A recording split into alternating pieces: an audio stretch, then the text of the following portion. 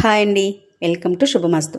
నేను ఇప్పుడైతే ఒక మంచి సాంబార్ చేయబోతున్నాను. సాంబార్కి ఏం కావాలి, మనకి ఆనియన్స్ కావాలి, బీన్స్, క్యారెట్, బెండకాయ, సొరకాయ, అలాగే ములక్కాళ్ళు మన ఇంట్లోవే, చెర్రీ టమాటాలు మన ఇంట్లోవే, పచ్చిమిర్చి, ఇవన్నీ. వీటితో పాటు నేను మన ఇంట్లో స్టార్ ఫ్రూట్స్ పండుతున్నాయి కదా, అది కూడా మనం వేయాలని అనుకుంటున్నాను. మీకు చూపించాలి. ఇప్పుడు చూసారా, స్టార్ ఫ్రూట్స్ మనం సాంబార్లో ఇవి వేసుకోబోతున్నాం. అప్పటికప్పుడు కట్ చేసుకొని చూసారా, స్టార్ ఫ్రూట్స్ ఎంత బాగున్నాయి కదా, గ్రీన్గా, పుల్లగా, తీయగా, చాలా బాగుంటుంది. సాంబార్లో వేద్దాం. పప్పులో వేసాను, అదైతే చాలా బాగుంది. పప్పు ఇందులో కూడా వేసేద్దాం, చిన్న చిన్న ముక్కల కింద తరిగేసి. వీటిని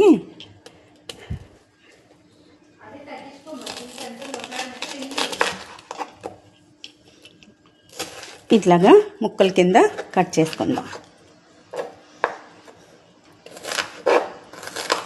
మామిడికాయ ముక్కలు వేసుకుంటాం కదా సాంబార్లో, అలాగే ఇవి కూడా వేసుకుంటే చాలా బాగుంటుంది. మన ఇంట్లో కాసిన ఏమైనా కూడా జాగ్రత్తగా అన్నీ ఉపయోగించుకోవాలి. ఈ రకంగా ముక్కలు కట్ చేసుకున్నాం కదా, ఇప్పుడు మనం ఈ సాంబార్లోకి వేసే కూరగాయలన్నిటిలో ఇవి కూడా కలిపేసుకుందాం.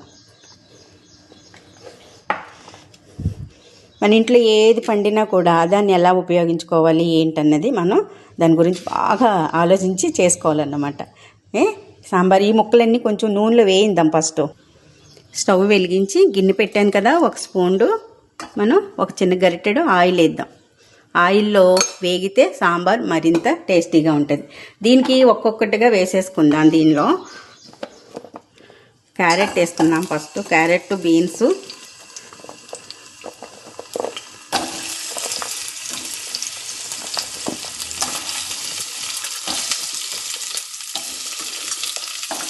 ఈ టమాటాలు చెర్రీ టమాటాలు కదా లాస్ట్లో వేద్దాం. ఆల్రెడీ అది ఫ్రీజర్లోంచి తీసాను, మెత్తగా ఉంటాయన్నమాట బెండకాయలు.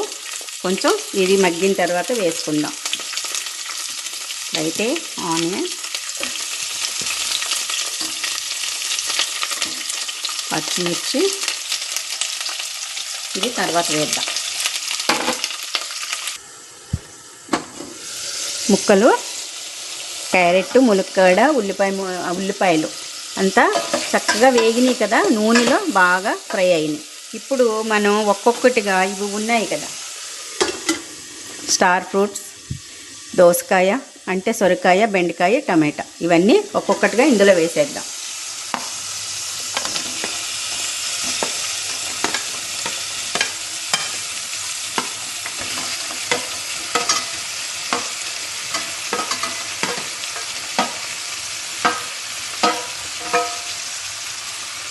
వేసి ఒక్కసారి ఇలా కలిపేసిన తర్వాత ఇందులో కొంచెం పసుపు, సాల్ట్ వేసి కొంచెం మగ్గనిద్దాం. నూనెలో మగ్గితే ముక్కలు ఉప్పు, కారం పట్టుకొని చాలా బాగుంటుంది అన్నమాట ఆ సాంబారు. స్టార్ ఫ్రూట్స్ ఒకటి వేసాం కదా, ఆ పులుపు, మా తీపిదనం, పులుపుదనం చాలా బాగుంటుంది. పప్పు అయితే అదిరిపోయింది, అది కూడా చూపించేస్తాం మీకు. ఇప్పుడైతే కొంచెం ముక్కలు ఇలా అనేసి మనం కొంచెం సేపు మూత పెట్టేద్దాం. ఈలోపు మనము ఈ పప్పు సంగతి చూద్దాం. ఈ పప్పుని ఫస్టే నేను ఉడికించి పెట్టుకున్నాను. ఇందులో 3 రకాల పప్పు వేసాను అన్నమాట. మామూలు కందిపప్పు, ఎర్ర కందిపప్పు, కొంచెం ఒక్క గుప్పెడు శనగపప్పు, అలా వేస్తే బాగుంటుంది. అందులో 2 పచ్చిమిరపకాయలు, కొంచెం ఆయిల్, పసుపు వేసి పప్పుని ఇలా మెత్తగా ఉడకబెట్టుకొని పక్కన పెట్టుకోవాలి. దీంట్లో మనం ఇప్పుడు ఉప్పు, కారం సరిపడగా వేసేసుకోవాలి. ఆల్రెడీ సాంబార్ పొడిలో కొంచెం కారం ఉంటుంది, అది చూసుకొని. పచ్చిమిరపకాయలు కూడా వేసాం కదా, మెత్తగా రుబ్బేసాను. ఆ వేగే ముక్కల్లో ఈ పప్పు వేయాలన్నమాట. మనం బాగా ముక్కలు కొంచెం వేగిన తర్వాత పప్పులో ఉడికితే సాంబారు చాలా టేస్టీగా ఉంటుంది. ఇడ్లీకి, రైస్కి అన్నిటికీ బాగుంటుంది. దోశ, పొంగల్. చూసారా, పప్పుని ఇలా పల్చగా చేసుకోవాలి. కొంచెం వాటర్ ఎక్కువ వేసుకొని ఇట్లా పల్చగా చేసుకొని మగ్గిన ముక్కల్లో ఇది వేసేద్దాం. పప్పు నీళ్ళు బాగా మగ్గిపోయినాయి చూసారా, ఆయిల్లో వేగినాయి అన్నమాట.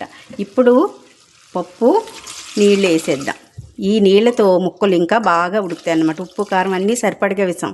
కొంచెం ముక్కలు బాగా కొంచెం ఉడికిన తర్వాత పప్పులో అప్పుడు కొంచెం చింతపండు రసం వేద్దాం. అది కూడా ఇందులో పులుపు ఉంది కదా, చెర్రీ టమాటాలో పులుపు, స్టార్ ఫ్రూట్స్లో పులుపు. అందుకని మనకి ఇష్టం వచ్చినంత వేసుకోవడమే.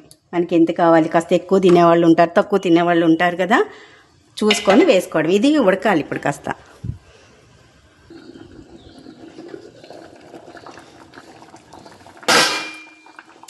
చూసారా, ముక్కలు బాగా ఉడికిపోయినాయి. ఉల్లిపాయ, బీన్స్, క్యారెట్ బాగా ఉడికినాయి కదా. ఇప్పుడు మనం ఏం చేయాలి, చింతపండు పులుసు. ఇది చింతపండు పులుసు. పప్పులో వచ్చే నీళ్లు కూడా ఇందులో వేసాను, అందుకని ఎల్లో కలర్ ఉంది. దీనికి సరిపడా మనం వేసుకుందాం. పలసగా పిండుకున్నాను, చిక్కగా ఏం కాదు, ఎక్కువ వేస్తున్నాను అని అనుకోకండి. ఇందులో ఇంకా సాంబార్ పొడి కూడా వేసుకుంటాం కదా. ఇప్పుడు పప్పులో ఉడికిన ముక్కలు పులుసులో కూడా ఉడుకుతాయి. ఉప్పు కారం అంతా సరిపడగా వేసేసాను. దీనికి కొంచెం మూత పెడదాం. దీన్ని కొంచెం ఇలా వారంపుగా పెడదాం, లేదా పొంగిపోద్ది. ఉడకనిద్దాం కొంచెంసేపు. ఈ లోపల తాలింపు రెడీ చేసేద్దాం.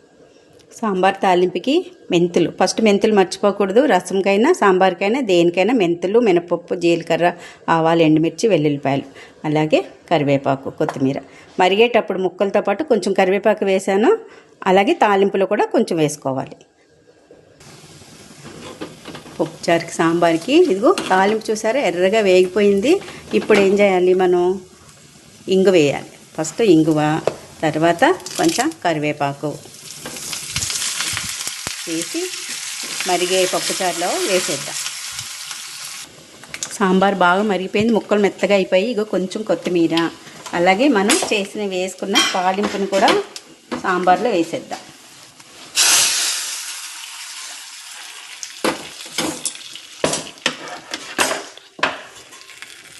చూసారా, గుమ్మలాడిపోతుంది సాంబారు.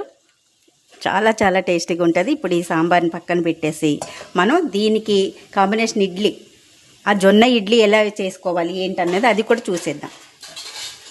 మూత పెట్టేద్దాం, ఆ వాసన పోకూడదు. లాస్ట్లో కొంచెం మనం పెప్పర్ వేద్దాం, మిరియాల పొడి. ఆ ఘాటు చాలా బాగుంటుంది అన్నమాట. సాంబార్ పొడిలో ఉంటుంది, అయినా కొంచెం వేసుకుంటే చాలా బాగుంటుంది.